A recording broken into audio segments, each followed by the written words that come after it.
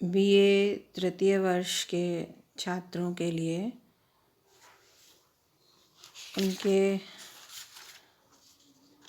द्वितीय प्रश्न पत्र मापन एवं शैक्षिक मापन एवं मूल्यांकन में, जिसमें कि शैक्षिक मापन और मूल्यांकन से संबंधित कई चैप्टर्स हैं। उसमें से जैसा कि छात्रों आपको अवगत ही है कि आपका कोर्स तो लगभग समाप्त हो चुका है अब तक, लेकिन चूँकि एग्ज़ाम्स की तैयारी करनी है इसलिए आपको रिवीजन की ज़रूरत है। तो इस कड़ी में मैं कुछ इम्पॉर्टेंट टॉपिक्स और जो महत्वपूर्ण यूनिट्स हैं, बल्कि सभी टॉपिक्स का एक रिवीजन सा प्रस्तुत करने का प्रयास करूँगी। आप लोगों से आग्रह है कि इसको ध्यानपूर्वक देखें।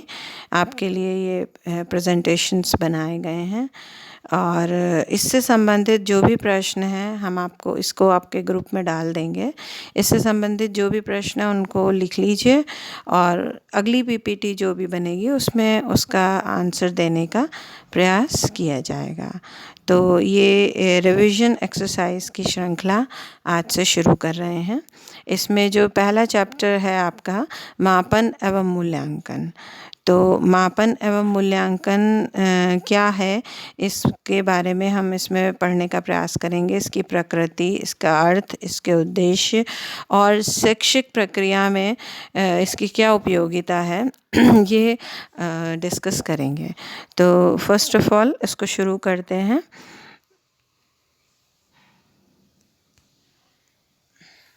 सबसे पहले मापन का अर्थ किसी भी अवलोकन के परिमाणात्मक रूप में व्यक्त करना है। इसको कहने का मतलब ये है, मापन हम सब जानते हैं, हमारे दैनिक जीवन का आरंभ ही मापन से होता है। ये एक क्योंकि जो भी वस्तु है उसको हम देखना चाहते हैं कि वो किस मात्रा में है।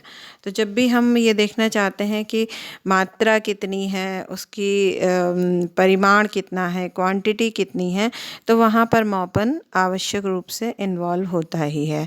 इसमें मुख्य रूप से हम उन्हें संख्या देते हैं। मापन की जो प्रक्रिया है उसमें वस्तुओं, घटनाओं या तथ्यों को किसी नियम के आधार पर एक संख्या प्रदान की जाती है। इसको और सरल रूप में कहें तो ये हमारी डे टू डे लाइफ में होता है। जैसे कि हम ये ज़रूर देखना चाहेंगे कि कितने मीटर लंबा कपड़ा है, 3 लीटर दूध है, 2 किलो आलू है, सड़क 1 किलोमीटर लंबी है।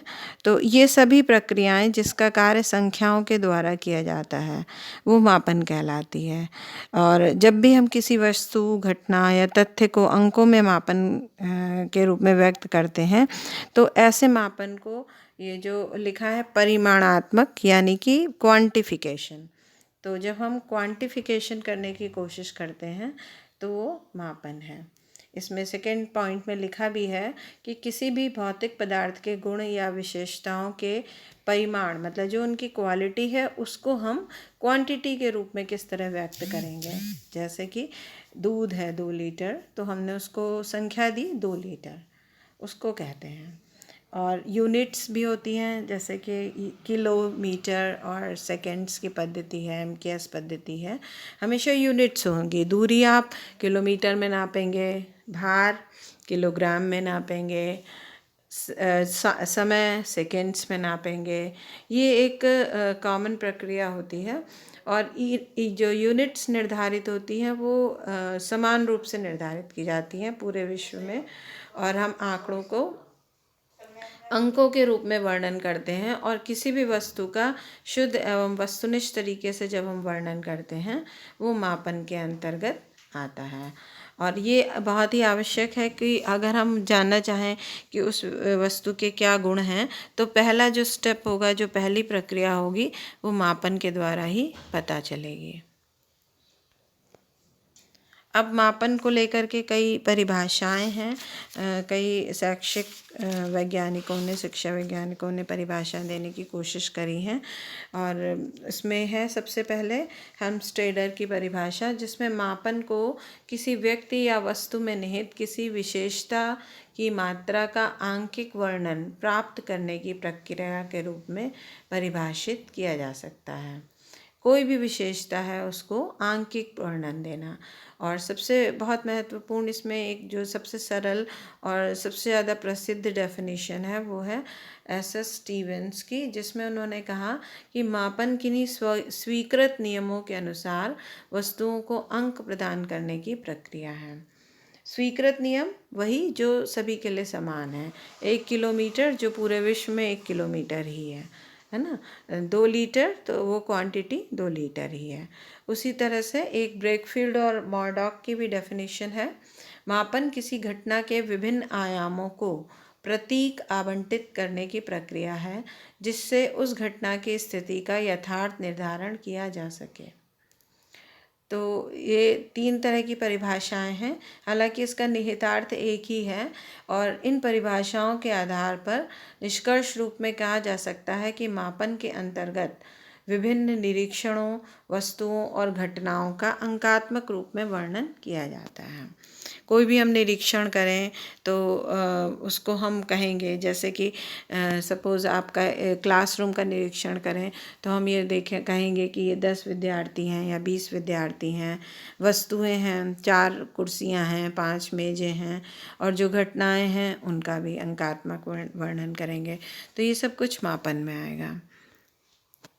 मापन के मुख्य रूप से जो है 2 प्रकार का हो सकता है, जैसा कि अभी हमने परिभाषाएं भी पढ़ी हैं। उसके आधार पे पहला है क्वालिटेटिव मेजरमेंट, यानी गुणात्मक मापन। गुणात्मक मापन का मतलब हो गया कि किसी गुण या विशेषता के गुणात्मक वर्णन में या तो उस गुण और विशेषता की उपस्थिति या अनुपस्थिति की चर्चा की जाती है या उसके टाइप को बताया जाता है। जैसे कि अलग अलग व्यक्ति हैं तो उनको हम गुणों के आधार पर अलग करेंगे, तो हम कह सकते हैं कि वो मेल है इतने, इतने फीमेल हैं। तो ये गुणात्मक मापन है। दूसरा जो है वो मात्रात्मक मापन। मात्रात्मक मापन के उस मात्रात्मक मापन का मतलब है क्वांटिटी, मतलब अंकात्मक रूप से जो है वो आपको कितना बताना है, उसमें हम कितने का प्रश्न का उत्तर दिया जाता है। जैसे कि किसी व्यक्ति की लंबाई 5 फुट 4 इंच है, तो ये मात्रात्मक मापन का एक उदाहरण है। और किसी व्यक्ति ने अंक प्राप्त किए किसी एग्ज़ाम में 100 में से 60, तो ये उसका क्वांटिटी बता दी। हालांकि उसके आधार पे हम कोई निष्कर्ष नहीं निकाल रहे हैं, सिर्फ जो है मात्रा या क्वांटिटी को बता रहे हैं। जैसे कि टाइपिस्ट अगर कोई है तो 65 शब्द टाइप करता है, लेकिन बस वो 65 जो शब्द है ये उसकी मात्रात्मक मापन है। इसके आगे उसके 65 शब्द टाइप करने की जो गति है वो अच्छी है या बुरी है, इसका निर्णय बाद में करेंगे। निर्णय जब जुड़ जाता है तो वो मापन से आगे की प्रक्रिया होती है, जिसको कि हम मूल्यांकन कहते हैं। इसीलिए मूल्यांकन जब उल्लेख आ गया, जिसमें कि हम कह रहे हैं कि मापन के बाद की प्रक्रिया है, तो ये समझना आवश्यक है कि मूल्यांकन का क्या अर्थ होता है। मूल्यांकन का शाब्दिक अर्थ है मूल्य का अंकन करना। दूसरे शब्दों में मूल्य एक तरह से मूल्य निर्धारण की एक प्रक्रिया है। मूल्य निर्धारण यानी कि वैल्यू जजमेंट। जैसे कि अभी उदाहरण दिया कि वो 65 शब्द टाइप करता है, तो 65 शब्द प्रति मिनट टाइप करता है, और उसमें अगर हम उसको मूल्य देना चाहें, हम ये देखना चाहें कि टाइप की गति कैसी रही, उसकी शुद्धता कैसी थी, सेटिंग और सफाई, तो अगर हम ये कह सकें कि वो पूरी शुद्धता है, तो हम उसका मूल्यांकन कर सकते हैं कि वो प्रथम श्रेणी का टाइपिस्ट है या द्वितीय श्रेणी का है। मतलब जब हम वैल्यू दें उसको, वैल्यू जजमेंट यानी मूल्य निर्धारण करें कि वो कहाँ स्टैंड करता है, तो वो मूल्यांकन होगा। जैसे कि किसी परीक्षा में 100 में से 65 अंक प्राप्त करना जो है वो कुछ भी बताता नहीं है। लेकिन यदि मान लीजिए कि उस परीक्षा में अन्य बच्चे 65 से कम ही अंक प्राप्त किए हैं, तो इस आधार पर ये कहा जा सकता है कि जिसने 65 अंक प्राप्त किए वो प्रथम श्रेणी का विद्यार्थी है। तो जब हमने बोला कि वो प्रथम श्रेणी यानी कि पोजीशन पर है, तो ये जो पोजीशनिंग की गई है ये वैल्यू जजमेंट का एग्जाम्पल है। वैल्यू जजमेंट यानी कि हमने उसका मूल्यांकन करा। जो 65 अंक आए हैं वो मापन है, और 65 अंकों के आधार पर उसने जो प्रथम श्रेणी प्राप्त करी है वो मूल्यांकन है। तो मूल्यांकन इस प्रकार से मापन से आगे की प्रक्रिया है और इससे अधिक व्यापक भी है। तो मापन की अपेक्षा मूल्यांकन एक अधिक व्यापक प्रक्रिया है, और हम देखते हैं कि मापन के अंतर्गत किसी व्यक्ति या वस्तु के केवल गुणों और विशेषता का वर्णन किया जाता है, जबकि मूल्यांकन के अंतर्गत उस व्यक्ति या वस्तु के गुणों और विशेषताओं के मूल्य को, उसकी उपयोगिता को समझने का प्रयास किया जाता है। अतः मापन को हम कह सकते हैं कि मूल्यांकन का एक अंग मात्र है, और अगर हम किसी चीज़ का मूल्यांकन करेंगे तो पहले उसका क्वांटिफिकेशन यानी मापन करना आवश्यक हो जाता है। मापन किसी गुण या विशेषता का गुणात्मक या मात्रात्मक वर्णन मात्र है, जबकि मूल्य निर्धारण या मूल्यांकन उस गुणात्मक या मात्रात्मक वर्णन की क्वालिटी का निर्धारण है। विद्यार्थियों की शैक्षिक उपलब्धि को अंकों में व्यक्त करना मापन का उदाहरण है। अभी जो एग्जाम्पल दिया था जैसे कि 65 अंक प्राप्त करना, जबकि विद्यार्थियों के प्राप्तांकों के आधार पर उनकी उपलब्धि के स्तर के संबंध में संतोषजनक या असंतोषजनक स्थिति का निर्धारण करना मूल्यांकन का उदाहरण है। कि यानी कि जब हमने कहा कि उसने क्लास में प्रथम श्रेणी सिक्योर करी है, तो वो उसका मूल्यांकन का उदाहरण है।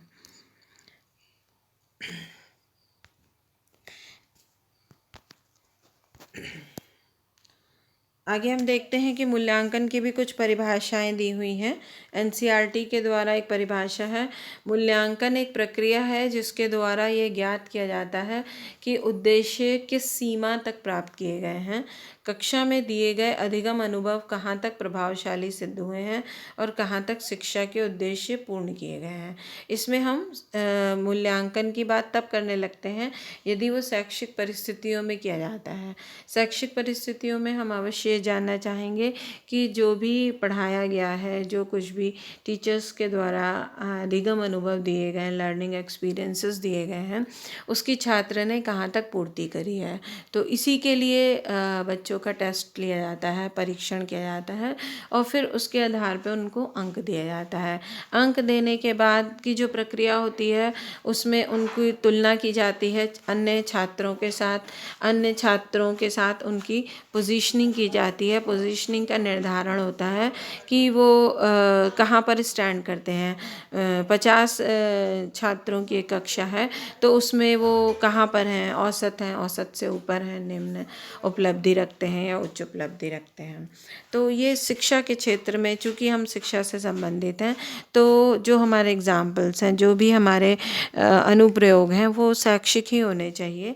इसलिए हम शैक्षिक मापन और मूल्यांकन को समझने का प्रयास कर रहे हैं। इस परिभाषा के आधार पर कहा जा सकता है कि मूल्यांकन एक क्रमबद्ध प्रक्रिया है, और शैक्षिक मूल्यांकन के लिए यह अत्यंत महत्वपूर्ण है कि शैक्षिक उद्देश्यों या अपेक्षित व्यवहार परिवर्तनों को पहले से ही निर्धारित कर लिया जाए।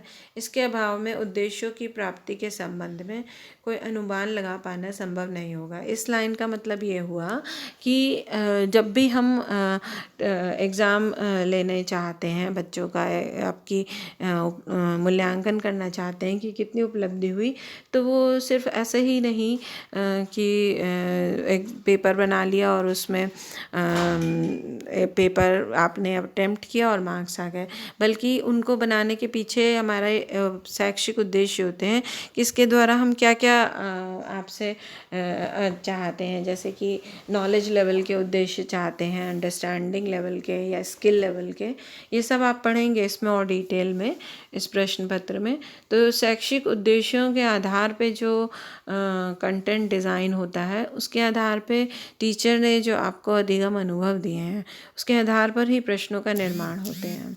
कोई भी टेस्ट, कोई भी परीक्षण आप देखेंगे कि उसमें जो दिया होता है जिसे कहते हैं सिलेबस, कोर्स, उसी से प्रश्न पूछे जाते हैं, क्योंकि जो उद्देश्य है वो यही कि जितना अधिगम अनुभव दिया गया है उसको हम माप लें, मापने के बाद मूल्यांकन कर लें। तो यही मापन और शैक्षिक मूल्यांकन की प्रक्रिया है। इसका महत्व हम देखें तो बहुत ज़रूरी है। महत्व इसलिए है क्योंकि प्रत्येक शिक्षक के लिए भी महत्वपूर्ण है, शिक्षार्थी के लिए और अभिभावक के लिए।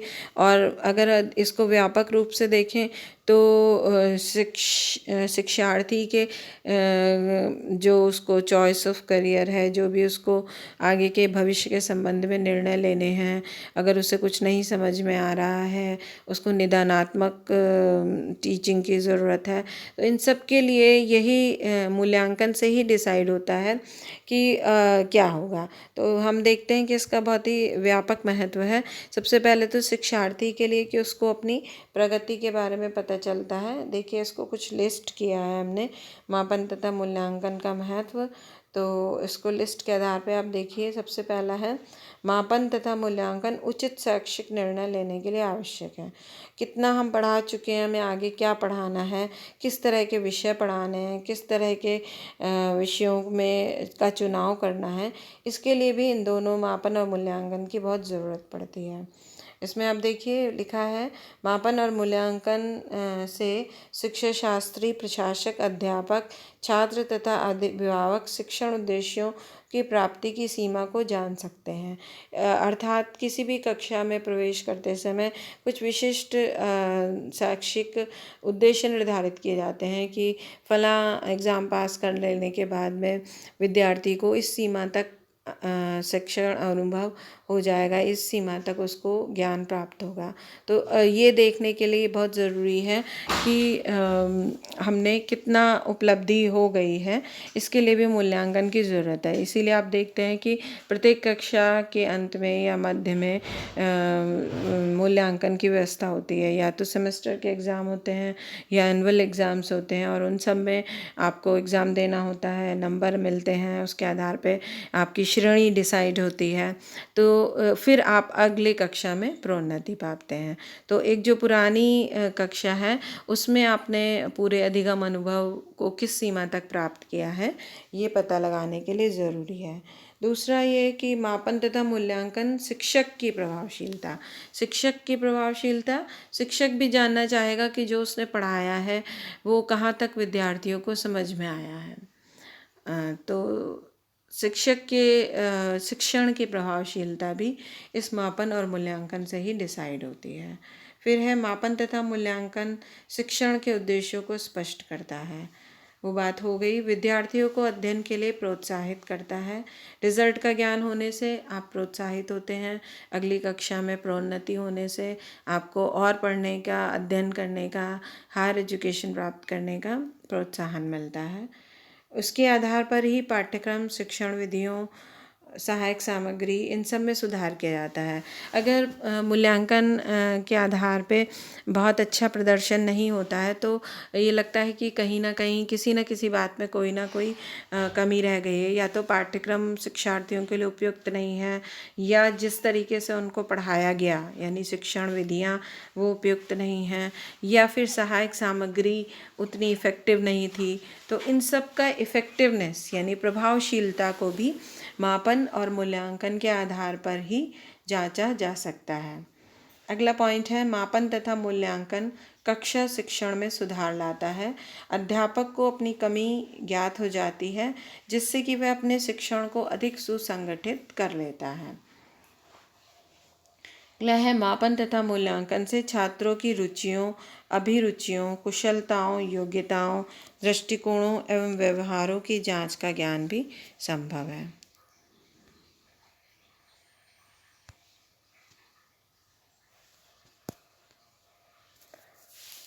फिर उद्देश्य वही है, जो इसके महत्व है, जो इसके फ़ायदे हैं वही उद्देश्य है कि ये आगे विकसित होने में सहायता करता है, विद्यार्थियों के ज्ञान की जांच करता है। अगर उन्हें कोई डिफ़िकल्टीज़ आ रही हैं तो उन अवरोधों को जांचने में हेल्प करता है।